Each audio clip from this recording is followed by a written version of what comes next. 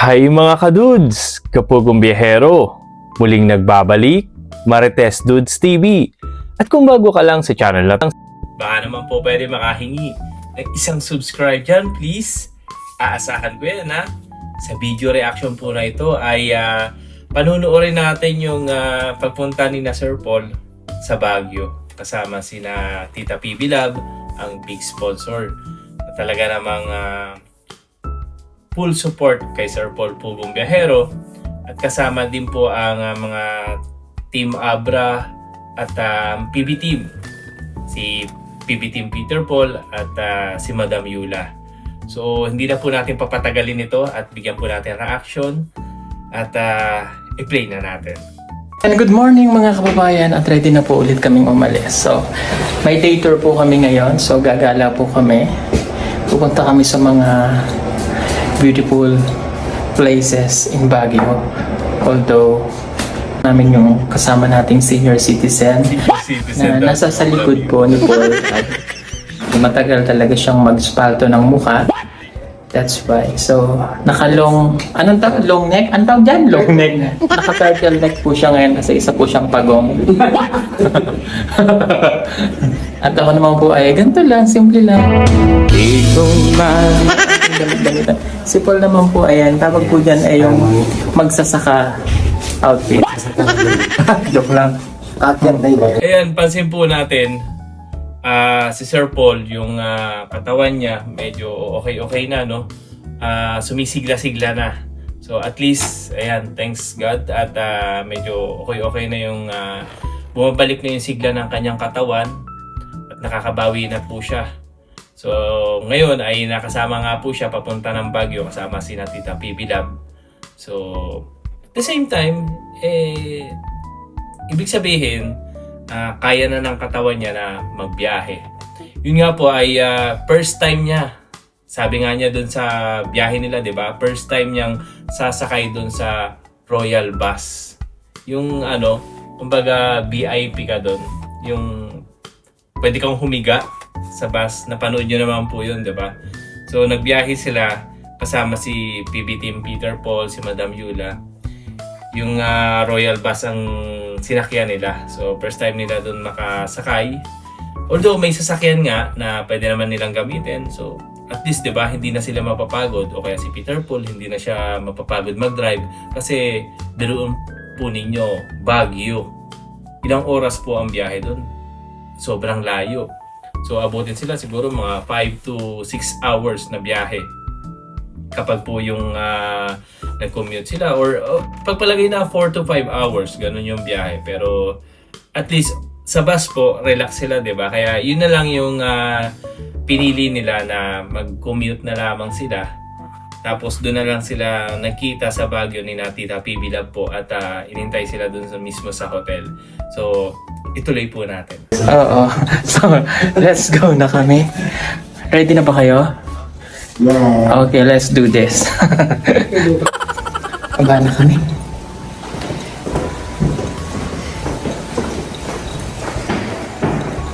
Antay na kami sa baba.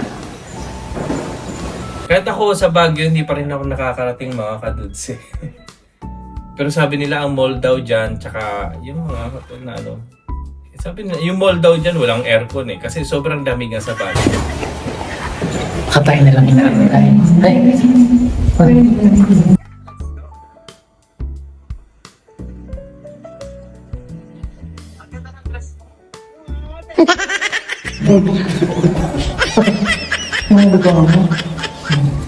Yeah, let's go na! Ang ganda ng dress mo! Wow, thank I you! like it! Go!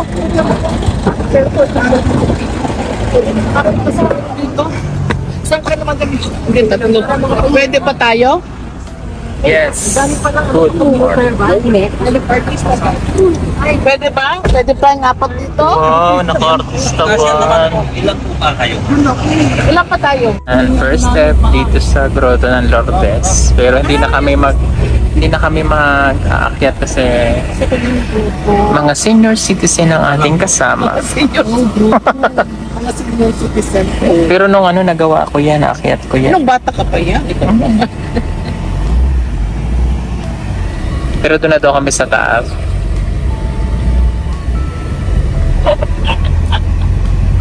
Kuya, yung strawberry farm bukas, malayo ba yun? Ilang oras? Hindi, malapit lang yan ta. Malapit lang. Hindi po. Meron pa dito? Hindi, bukas. Bukas pa kayo? Ano ka namin? Bago. Natabi po. Let's go! Yung Lourdes Opo. po Yeah. Ayun ma'am, entrance doon ay kasi pag nag-entrance kayo, hindi niyo naman maikot kasi may Opo.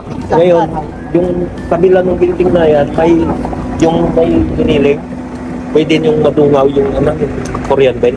Ah, okay. Andun sa niya. Ah, Dudungaw sige. na lang kayo doon kung di kayo ikot. Opo. May, pag pumunta daw tayo doon mayroon daw doon. Okay. Sila, so, akit kami ni Tita Dini sa Lourdes. Mamayang hapon na ito. Pag mga alas 3 malamig na.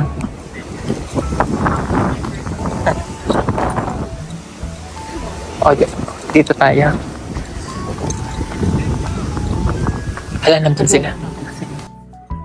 At least 'di ba mga kadudes, yung nakasanayan natin na yung ni Sir Paul na masiyahin at medyo bumabalik-balik na hindi na siya matamlay, 'di ba?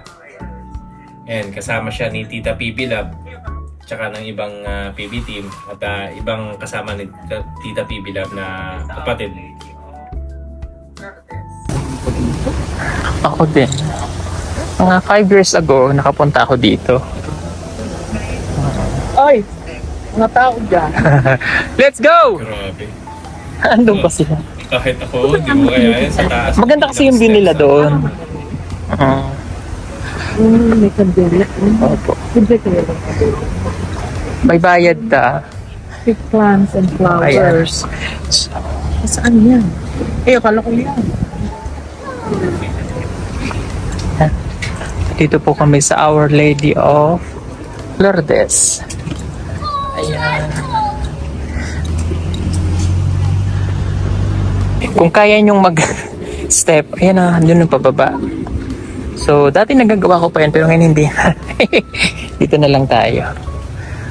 Ayan, Our Lady of Lourdes. Pag-pray na ako. O, wala pa sila. Nagiging famous. Anong gusto mo? Alam mo? Kasi hindi ako nakinig ng lesson eh. Hindi, joke lang po ta. Hindi kasi siya. So, yun, tapos na kami doon sa Lourdes. Andun pa sila. Malamig po. Malamig naman yung hangin. Kaya okay lang. Mag-day tour. Kasi malamig yung hangin.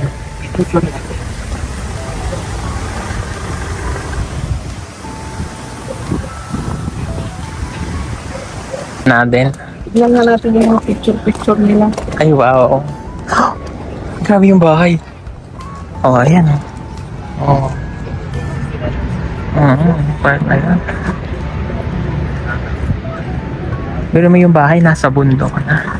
Milyon ang lupa dito. Mahal na.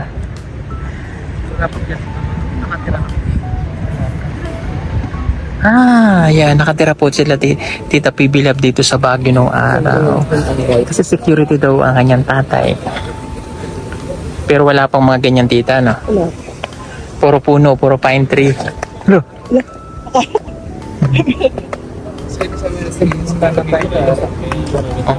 Hala. Nakapunta na kami sa grotto, oh. Ay, Ayun lang. Oo. kapag dasal na ka na. Nakapag-pray na kami. O, dito naman tayo. Ay, yung gusto kong bamboo. Oh. Ganda. May mga tanim. Yung tanim kaming ganyan. May tanim kami ganyan doon sa may gilid. Yung di ba bundok? Ang ganda. Kasi nagbibigay siya ng hangin kapag ka mainit ang panahon. Ayan o. Punong-puno na ng bahay yung mga bundok. Naubos na yung mga puno. Kaya medyo nabawasan na rin yung lamig ng Baguio.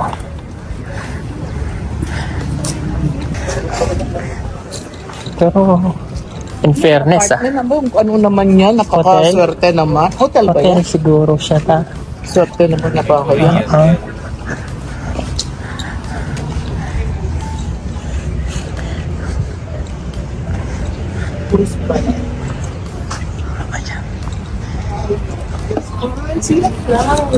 Ha? May Sea of Clouds dito. Oh. Oh. Yun yung bell. Yan pala yun. Saan ba? Ala. Ayun, tiya. Ayun, oh. Hindi na kayo papasok. Oo. Internet. Wow. Nakaka-miss pa rin naman ang Baguio. May budget. Oo. Panang 100. Ang ganda. Tignan na lang natin. Nabili ka na ng bahay.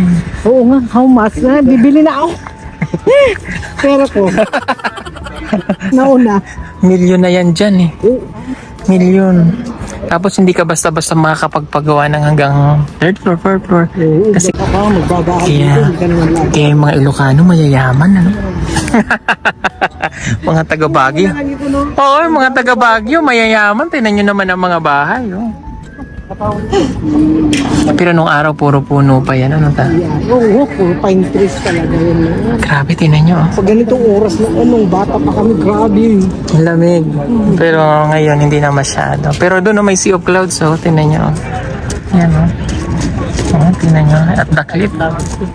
Nakaka-miss pa rin naman. Kahit nakakailang balik ako nun dito sa trabaho ko sa Baguio. Nakaka-miss pa rin pag nakikita mo siya. Lalo maganda yan pagka yung umaga. Yung umagang-umaga. Pag may mga fog pa siya. Oo, tapos titilawak yung manok.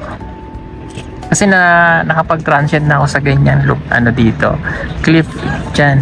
Ang ganda in the morning, relaxing, magsi-Sea of Clouds, pero crowded na talaga. Parang pag nag-earthquake, nakakatakot to. Oh?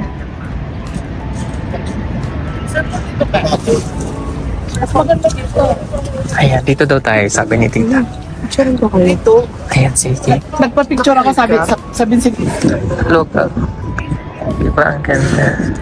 Walang slum, puro magagandang bahay.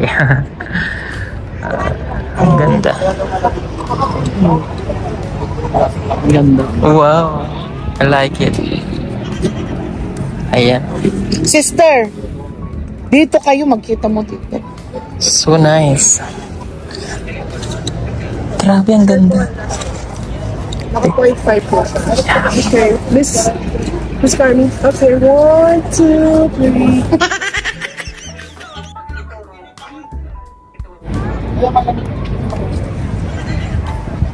Ayan, ang galing po nung aming taga... Hindi, 0.5 to. Malayo. Yeah, okay lang. Thank you so much, ha. Sa effort. Dito, picture naman kayo, sister. Ituro mo. Ituro mo. Hoy, hindi electric fan yun. Signal yan. Hoy, bawal dyan. Pero wag. Kuya, Toy, wag. Toy, wag. Toy, sige na. Kung yan ang magpapalaya sa'yo. Sige na. Tumalon ka. Walang pipigil sa'yo. Sige, tumalon ka pa kaliwa.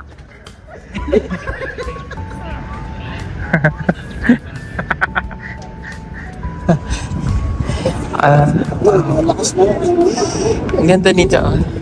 Look at this. Ang ganda. Si Paul kasi first time niya. Paul, masasabi mo sa Baguio? Ang ganda na eh. Ang ganda? Hindi ko akalain na pinakatugtog na lugar. Tapos ganito yung makikita mo. So ano, di ba ganyan yung pinupuntahan natin sa Davao? Pwede pala, no? Hindi pa lang. Ganyan.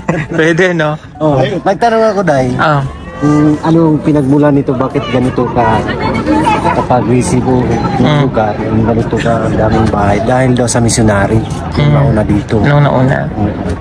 Dito, kaya dito yung nagpuntahan yung mga ibang taga-ibang bansa. Yeah. Oo. Tsaka yung mga Ilocano. Magagandang buhay, no? Walang slum, pero bahay na magaganda. Diba? Kita natin, no? Pwede pala gawin dyan, no? Sa Pwede dahil. Sandon. Sa Kinamaylino. Pero mostly yung mga nandyan, katutubo din. Yan, no? Oo, Mga mga... ano na daw na mga katutubong igorot. Ayan, nandyan sila. Ganda. Hindi lang yan. Maraming parte. Tinan mo, oh. Di ba? Ang ganda? Oo. Ganito yung parang pinuntahan namin sa Taiwan na mataas din yung price. Pero I like it. Maraming Koreano dito. Yun o, Sea of Clouds, oh. Ganda. Sure tayo, dali tatlo. Ayan, dito naman po kami ngayon sa Igorot Stone Kingdom.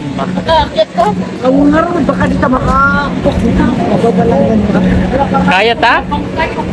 Kaya. Makakatayo. Okay na si Sir Paul at baka natin yan na by January, balik vlog na yan sigurado mga kadudes. So paano, yung full video po panoorin po natin kay Sir Paul Pugong Biyahero, yung upload nila kay Tita PB Lab. At wag po natin kalimutan mag-subscribe kay Sir Paul. Wag po natin i-skip yung kanya mga ads. At abangan po natin ang pagbabalik ni Sir Paul Pugong Biyahero by January. Kasi nag-update naman po siya, nagla-live siya sa kanyang YouTube channel. So, ngayon po, pagbati po mula kay Marites Dudes TV ng Merry Christmas po sa ating lahat. At Happy New Year. So, muli po, ito si Marites Dudes TV. Hanggang sa muli. Bye-bye! I believe we found something this good.